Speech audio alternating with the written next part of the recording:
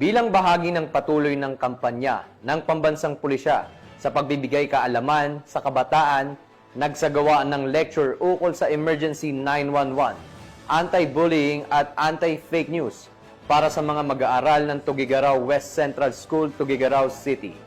Yan ang balitang hatid ni Patrolwoman Lainey Lorenzo.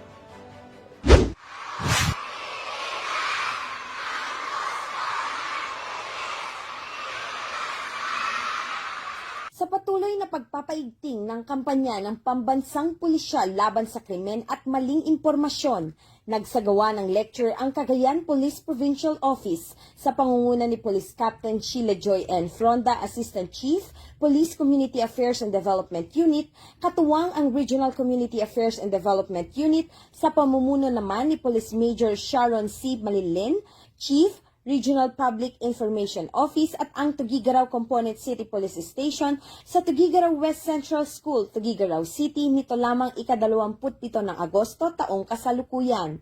Kabilang sa mga tinalakay ang kahalagahan ng maagap at wastong paggamit ng E911 Emergency Hotline, ang masamang epekto ng bullying sa kapwa mag-aaral at ang kahalagahan ng pagiging mapanuri bago magbahagi ng impormasyon sa social media. Nagkaroon din ng interaktibong talakayan at pagbibigay ng katanungan mula sa mga estudyante upang higit na maunawaan ang mga paksa.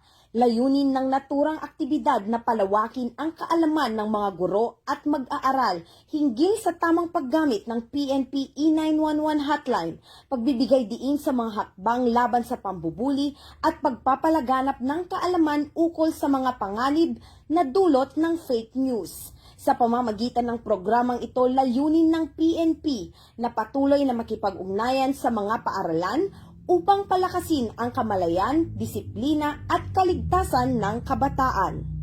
Mula dito sa Lambak ng Cagayan, ako ang inyong PNN correspondent, Patrolwoman Lainey Lorenzo, alagad ng batas, tagataguyod ng Balitang Pulis.